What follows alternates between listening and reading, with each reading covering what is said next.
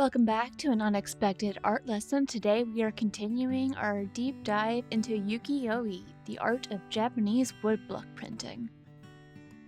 Continuing off of the unique takes that Ukiyo-e has taken, especially when it comes to hokusai, he was also one of the people who could be first credited with challenging how traditional composition has been up in the art world until this point.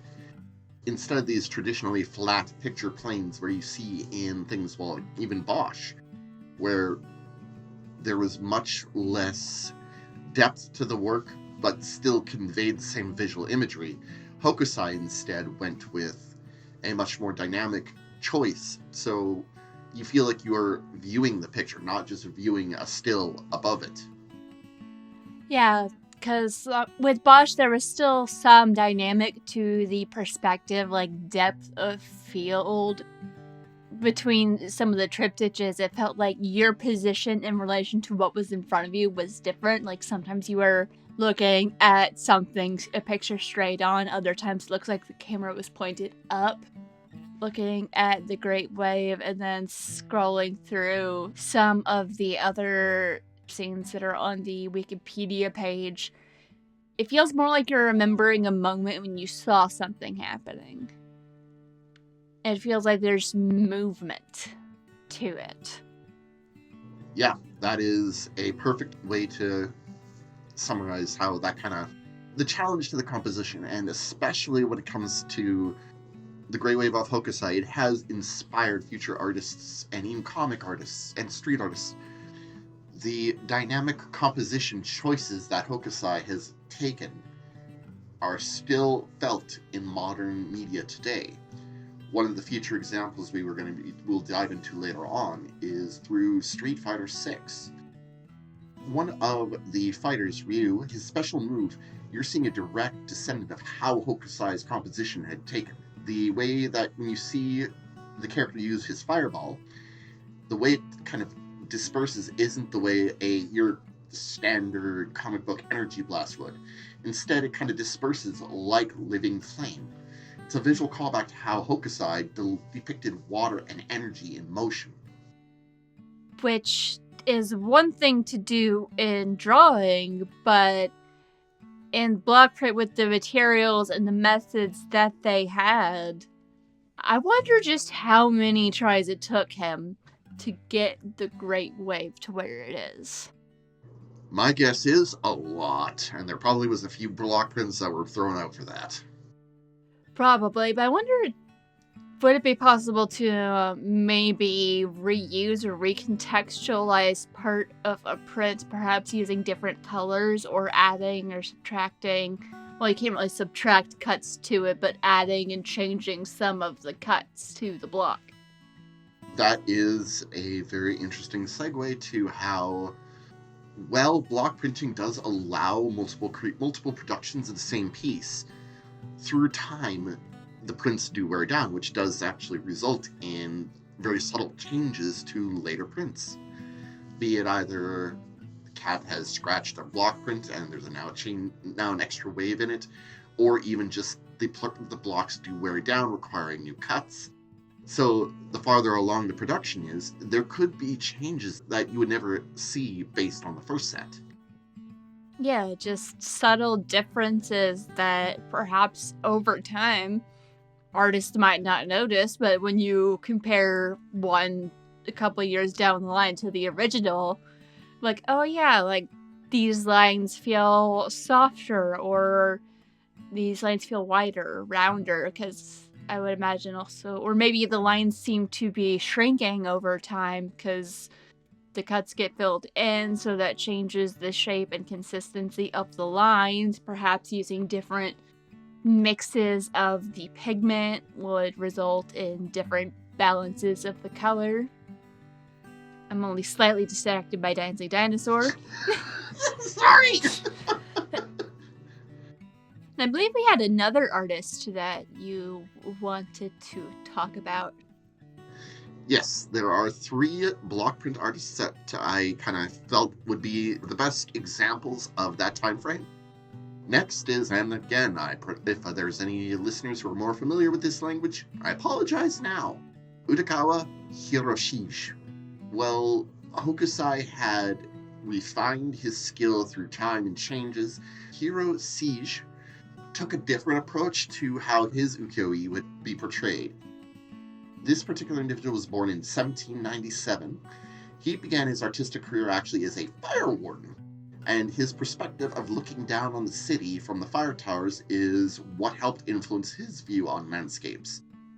So it is still kind of a nod back to, again, Bosch and earlier artists' thought of divinity and looking downwards, but Hiroshige has made it much more of the floating world through the perspective of where he was viewing it. So his particular ability and genius lay in how he captures particular moments, such as rain falling on a bridge, snow settling on temple roofs, mist rising over rivers. It's not the idea of the divinity looking down, but it is the perspective that he is now sharing with people through how he portrays these worlds. And of course, his most famous work is the famous Views of Edo. It was created around this concept of environmental storytelling, so each print wasn't just a location. It was this moment in time, complete with weather effects and the human elements that convey these additional stories. Would that be the 53 stations? Yes, that is the 53 stations of the Tokaido. Yeah, this very much feels like it's almost like someone taking a picture of like, here's a place of beauty filled with life. And some of these prints are definitely a lot busier. They have more activity going on in them. It's stunning, and just thinking how long it took. How many steps went into this, especially with some of like how the different colors, especially looking at the first and second edition of Leaving Edo. The second edition has significantly more people in it. That actually is an interesting one because it does raise the question of if the second version of Leaving Edo is an evolution of the artwork, or it could be that the block print had been changed or damaged, or even very simply that the artist had become more skilled as time progressed, and he felt that he looked at his first piece and went, you know what, I can do this better. Honestly, looking at it, some of the setup is similar, but the perspective feels slightly different, so it almost feels like this wasn't the same block. Like he took the design and started over. He took the idea and started over, keeping it close to the original. So if you look really closely in the first edition, there's like this little structure poking off of the roof on the left-hand side. And it's not there in the second edition. Ah, good catch. Yeah, like some details are the same. This is the same place, but it's almost like looking at the same place from a different point in time. That is a great way to look at it, actually. And even though I may be the artist, I will happily bow to you catching something I missed. Also, doggos. Yes, doggos. What actually tipped me off to the fact that this is different, if you look at the wall on the right-hand side, you're farther back. This picture was taken from farther back and lower down almost, because the buildings where the wall connects to the bottom of the picture it connects to the bottom of the picture in the first one, but in the second edition the walls connect to the sides. Huh. Yeah, it does actually show his evolution as an artist as well, because it's much more difficult to create the multiple point perspective versus extending to the bottom. It could be that it's also the artist improving his technique, or later designs have taught him new ways of illustrating perspective. A little bit of column A, a little bit of column B. Doggos! The one big step that does change from how Hokusai does portray his work is, well, both feel like they're a snapshot in time.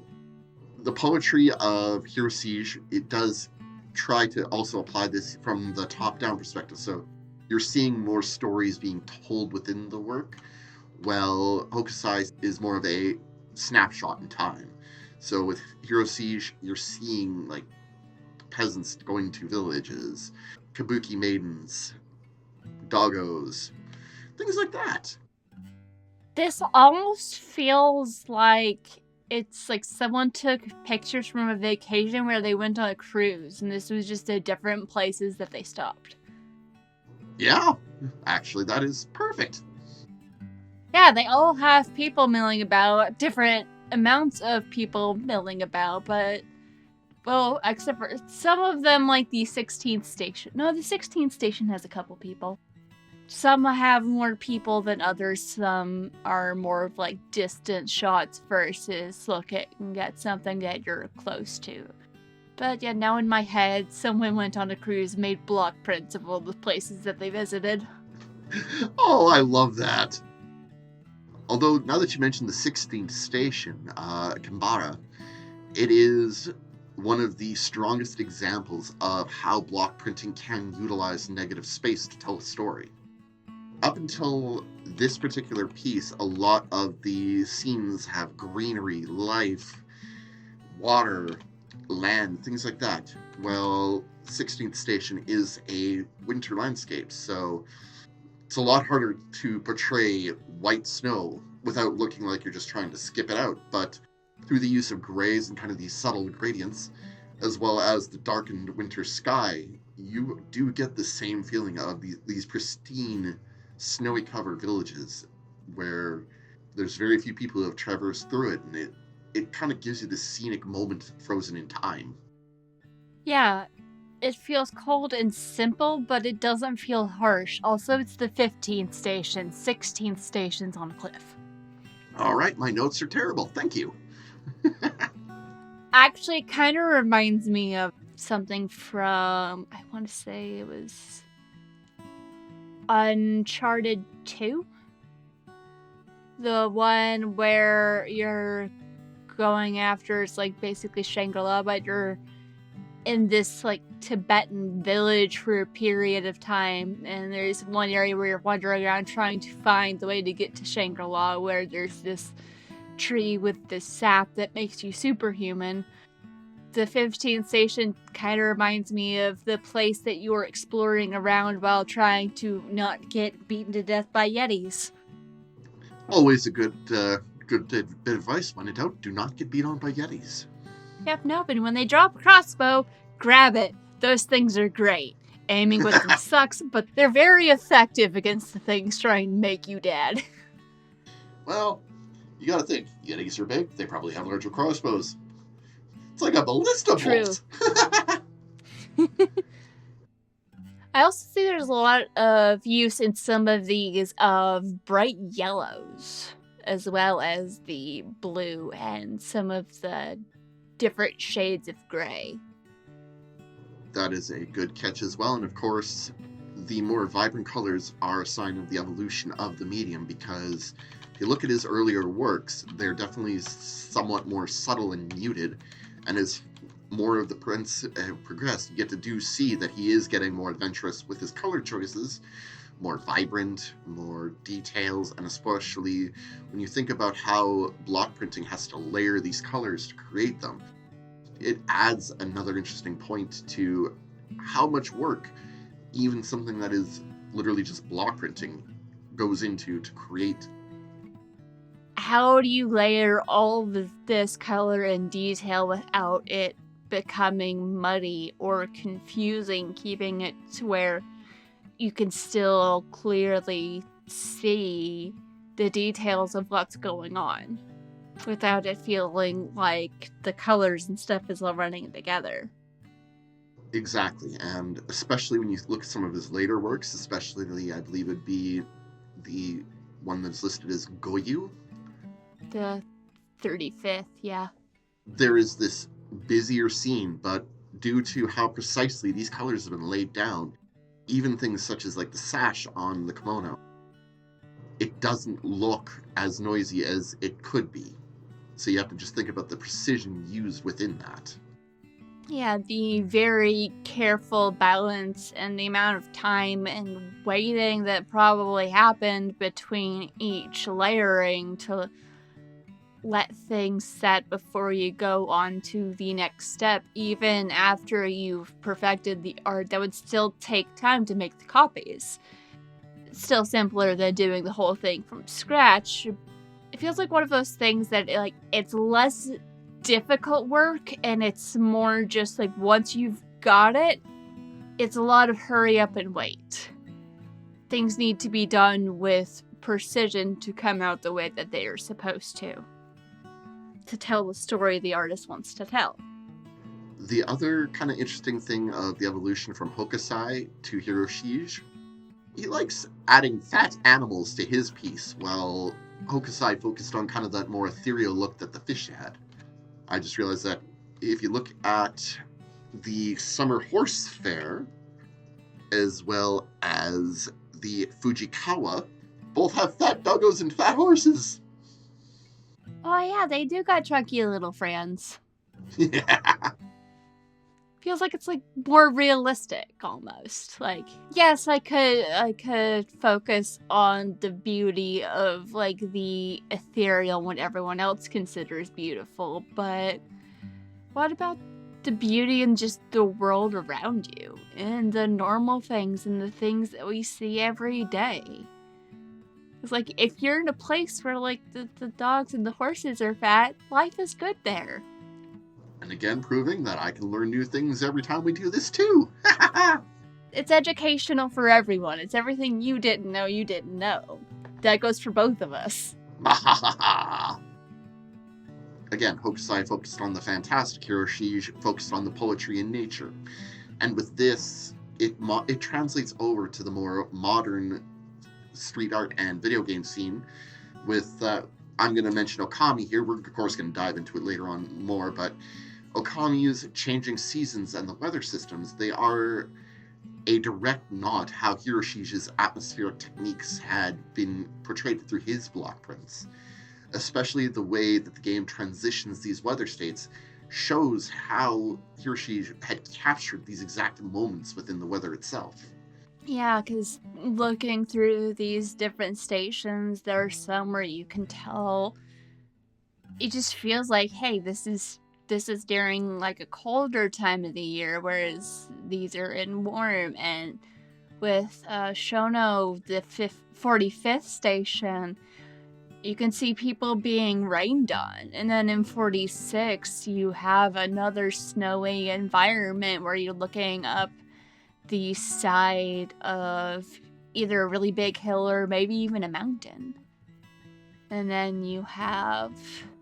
Where's the nice summary look at? I mean, the 38th station, Okazaki with the bridge, that feels kind of spring or summer maybe. 27th station, Fukori it has that light green that feels very much like it's spring, giving a sense of when they were in this place, when he saw this place, and the moment in time he chose to capture. Are these numbered in order of when they were made, or do we know? Based on my research, yes. Each one was made in order. When you're looking through, you can almost see the seasons changing to an extent and time passing.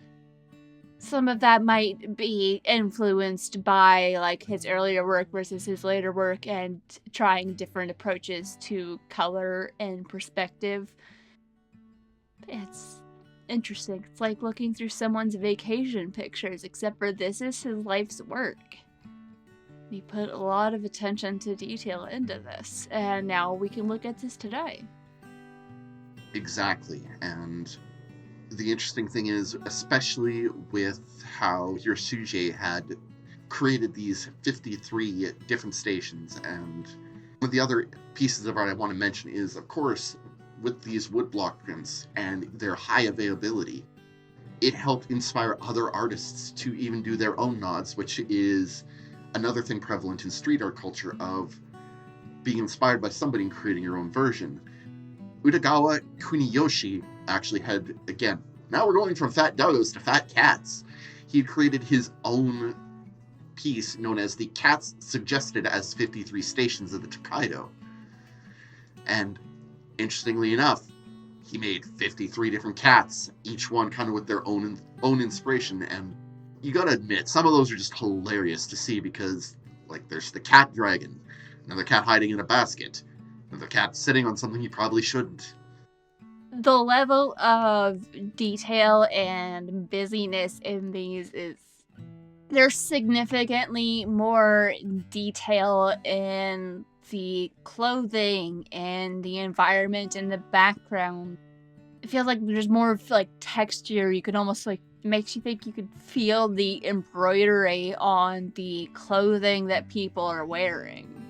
It is one of the fascinating things about woodblock print too, is because it does transfer that grained texture over. It does something that your standard paintbrush just can't. Yeah, hang on, I'm pulling up the cats.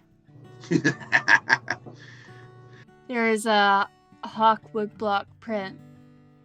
It makes me think of like pencil drawings I've seen people do where it's hyper realistic. The hawk's face is a little not quite super realistic to what hawks look like, but all of the other details, it looks like a highly detailed pencil drawing. But nope, this was done with woodblocks.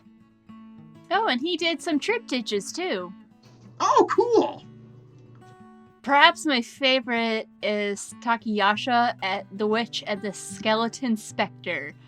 Kuniyoshi is also the individual who definitely focused more on a little bit more of the fantastic, and almost this is where you would see comic book and manga start becoming a more realized medium, as Kuniyoshi did do so many things kind of similar to how you'd see a comic book. Like, it's more of that action movie feel.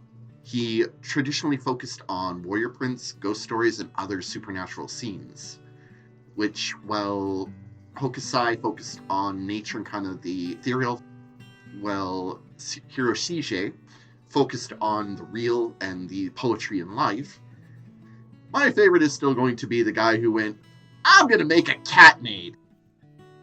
Yeah, just why not embrace the strange, the whimsical, the fantastical, perhaps even some of the horrifying.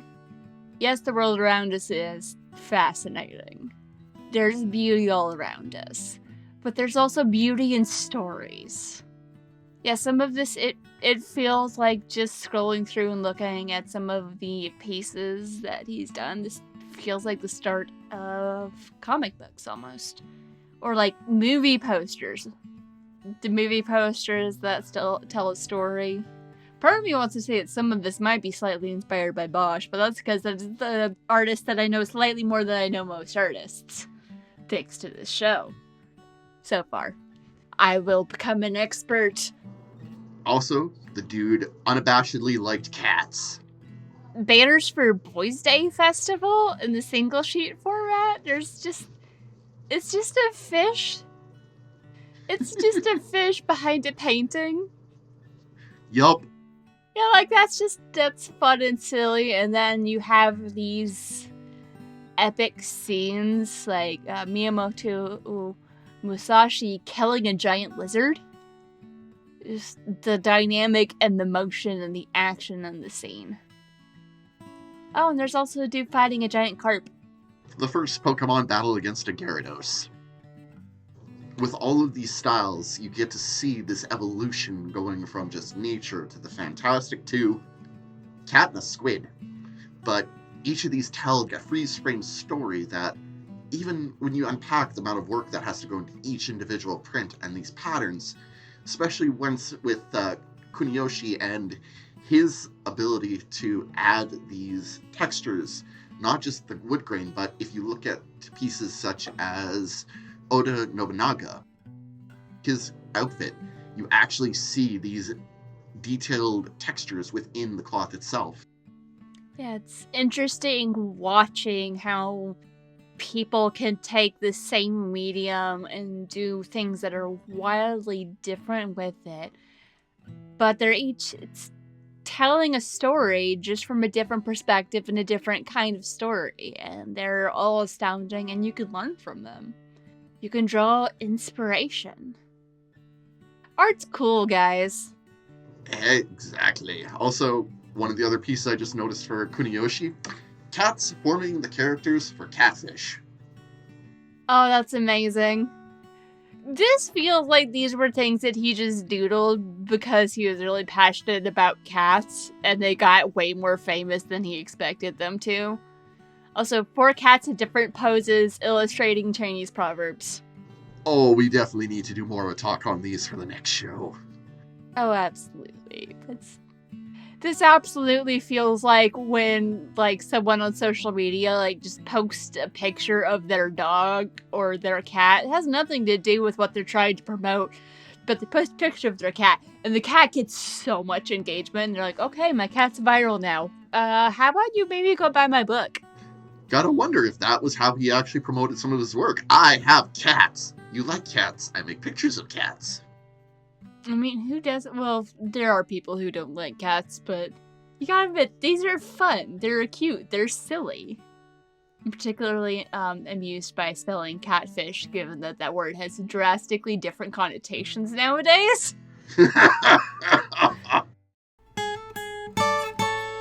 You've been listening to an unexpected art lesson featuring Brianna, Jean, and Watson, as well as the music of Rick the Whitebird. Stay tuned next time to learn more about the art of Japanese woodblock printing. If you like what we're doing, you can follow us on social media and join the conversation over at An Unexpected Art Lesson on Threads, Blue Sky, and Substack. And you can also support us over on Patreon. Get early access to episodes and other fun things at patreon.com/anunexpectedartlesson.